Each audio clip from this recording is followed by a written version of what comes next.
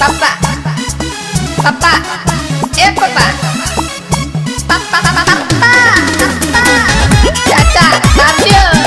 papa, papa, अरे कमीना chilli बे चुप रह। अरे फोन खुलवा दूंगा।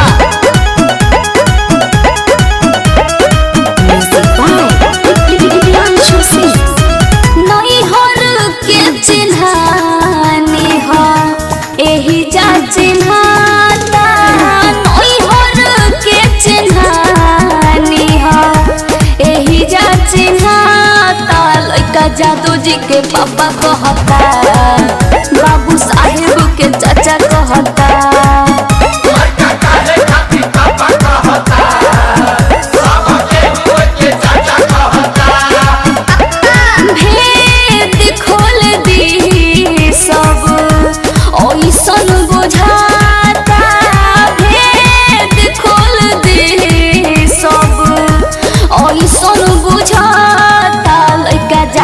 के पापा कहता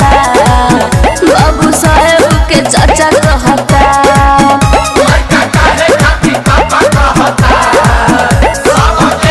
के चाचा कहता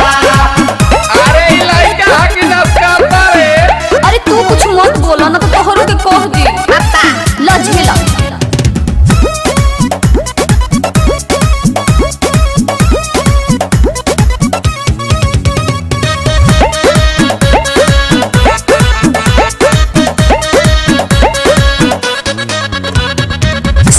जी हम पे करे लगले भीतर से बहुत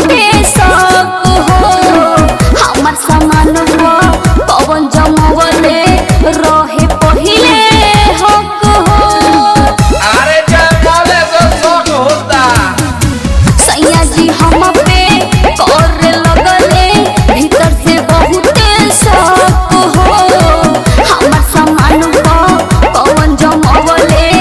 रहे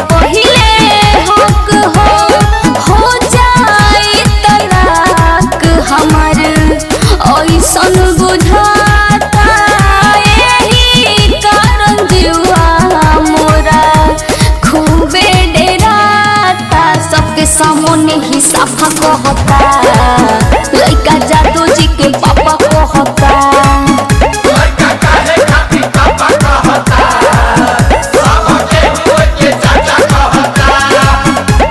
पंडित जी के का कहता इहो बताओ मौसा हो मौसा हो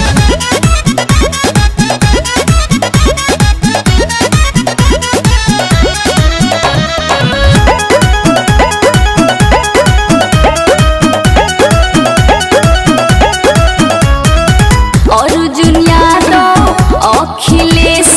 मरल बड़े मोहर हो संजय यादव भेजले रहन नैहर गवा के सोहर हो अरे उतना ढेके बदमाश हो अरे हो संदीप यादव साधु जी तो मरले बड़े मोहर हो सतीश आलोक भेजले रहन नैहर गवा के सोहर हो सोची सोची जुआ हमार